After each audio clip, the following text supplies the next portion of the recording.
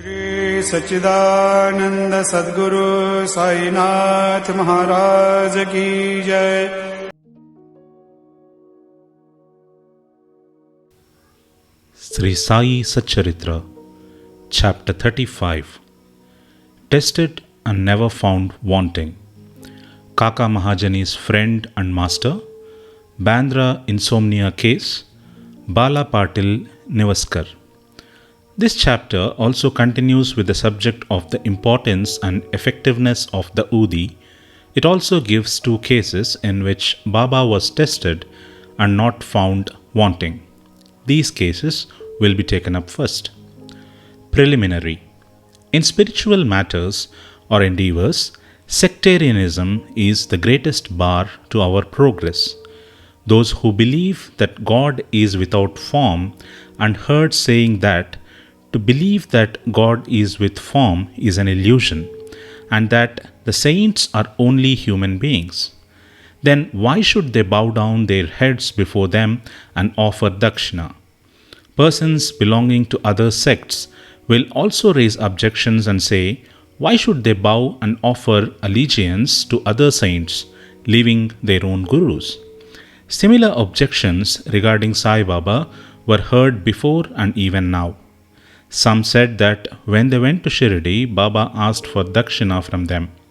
Is it good that saints should collect money in this fashion? If they do so, where is their sainthood? But there are many instances where men went to Shirdi to scoff but remained there to pray. Two such instances are given below.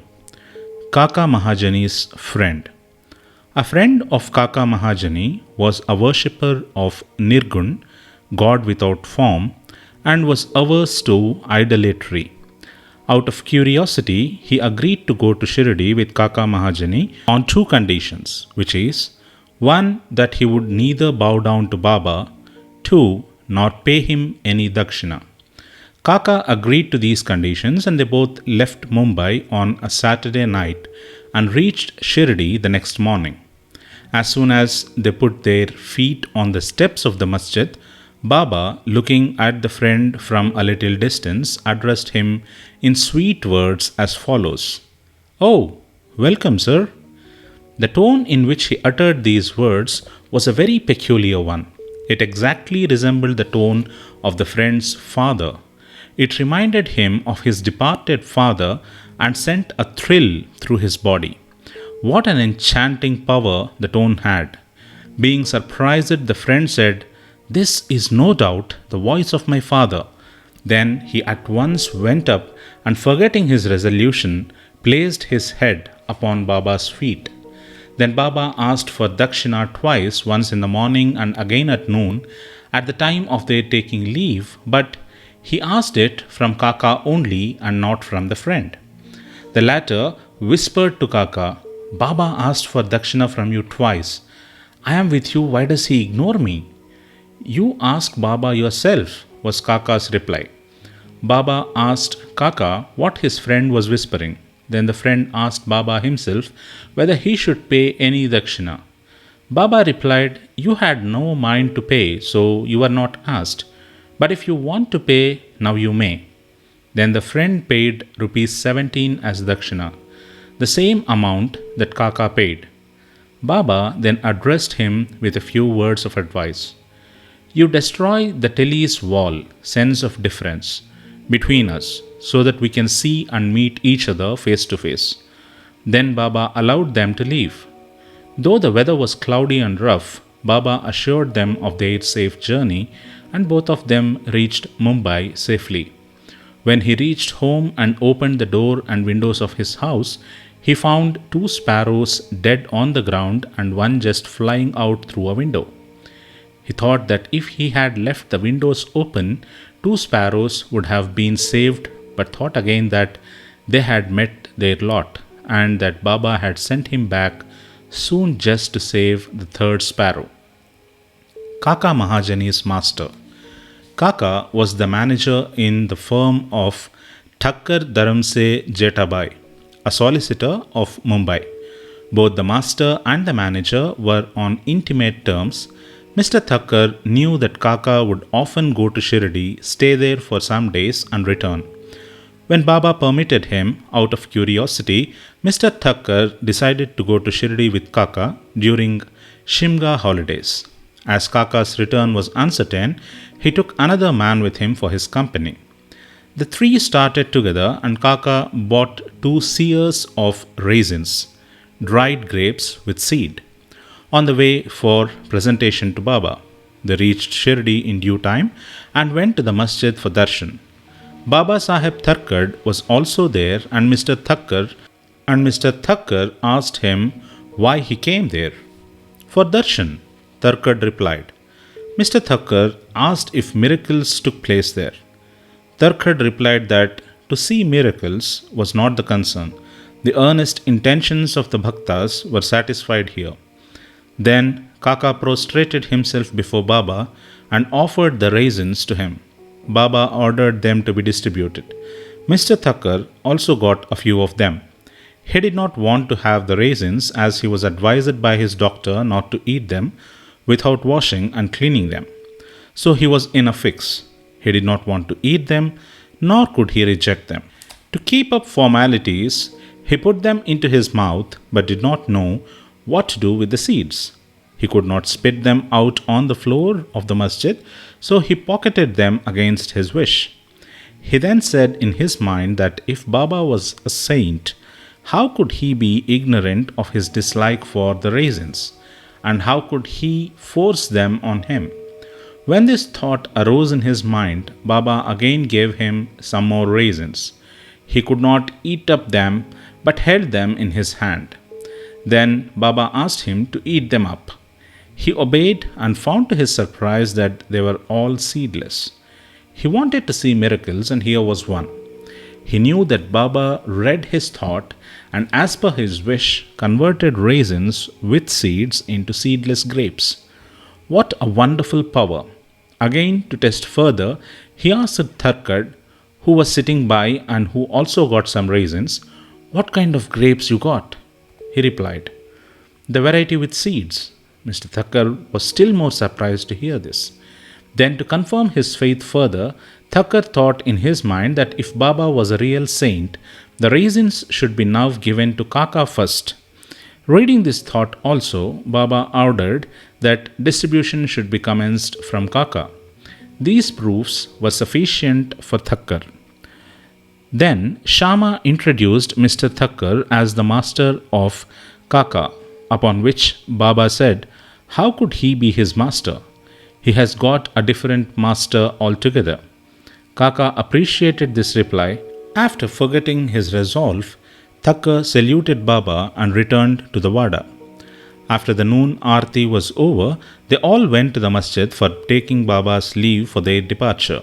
Shama spoke for them. Baba then spoke as follows. There was a fickle-minded gentleman. He had wealth and health and was free from both physical and mental afflictions.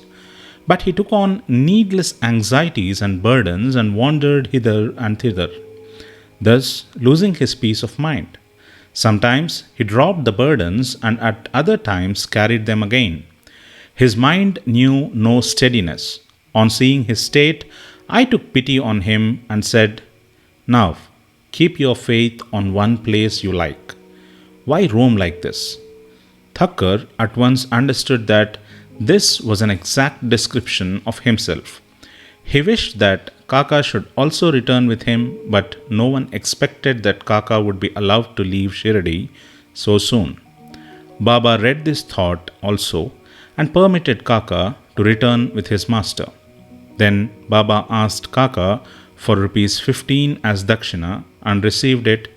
He said, "If I take 1 rupee as dakshina from anybody, I have to return tenfold to him. I never take anything gratis. I never ask anyone indiscriminately. I only ask and take from him whom the fakir, my guru, points out. If anyone is indebted formally to the fakir, dakshina is received from him. The donor gives, that is, sows his seeds only to reap a rich harvest in future. Wealth should be the means to work out dharma. If it is used for personal enjoyment, it is wasted. Unless you have given it before, you do not get it now. So the best way to receive is to give. The giving of dakshina advances vairagya, non attachment, and thereby bhakti and gyan. Give one and receive tenfold. On hearing these words, Mr. Thakkar himself gave rupees 15 in Baba's hand, forgetting his earlier resolve not to do so. He thought it was good that he came to Shirdi as all his doubts were solved and he learnt so much. Baba's skill in handling such cases was unique. Though he conducted all that, he was totally non attached to them. Whether anybody saluted him or not, or whether anybody gave him dakshina or not, all was same to him. He felt no pleasure if he was worshipped and felt no pain if he was disregarded. He had transcended the pairs of opposites, which is pleasure and pain, etc. Insomnia case. A Kayastha Prabhu gentleman of Bandra suffered from insomnia for long. As soon as he lay down for sleep, his departed father appeared to him in his dream, abused and scolded him severely. This disturbed his sleep and made him restless the whole night. Every night this went on, and the man did not know what to do. One day he consulted a devotee of Baba in this respect.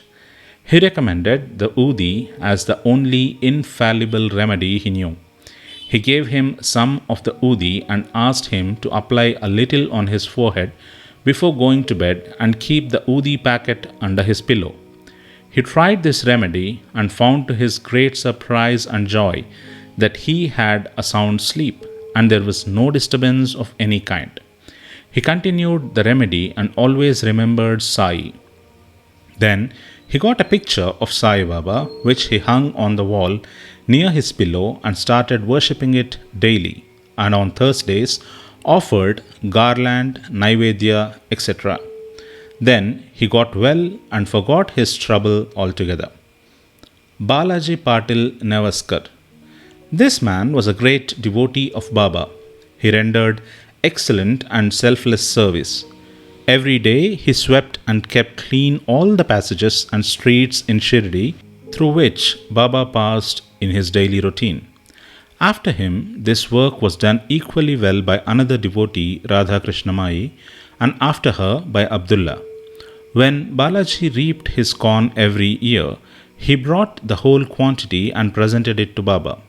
He returned with what Baba gave him back and maintained himself and his family with it. This course was followed by him for many years and after him by his son also. Power and efficacy of Udi.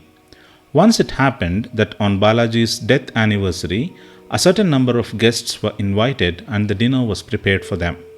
But at dinner time, it was found that thrice the number of people invited turned up. Mrs. Nevaskar was in a fix.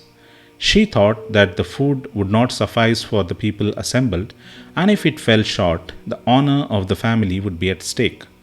Her mother-in-law comforted her by saying, "Don't be afraid, it is not ours but Sai's food.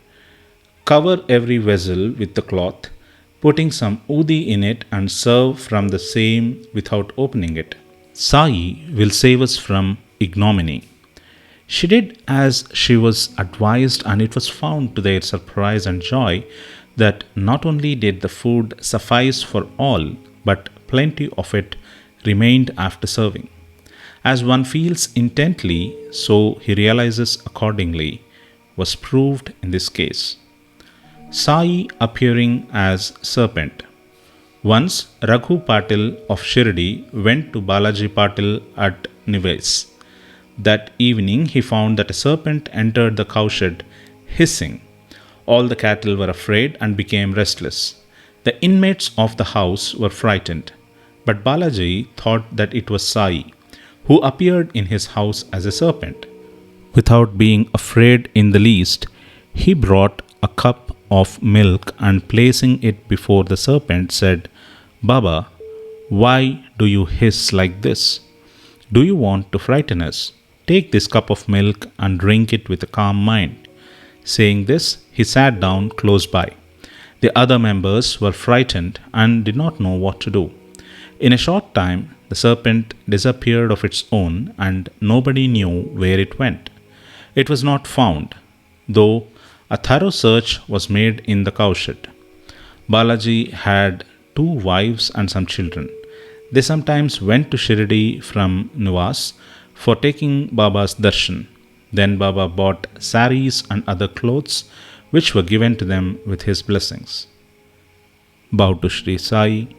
Peace be to all.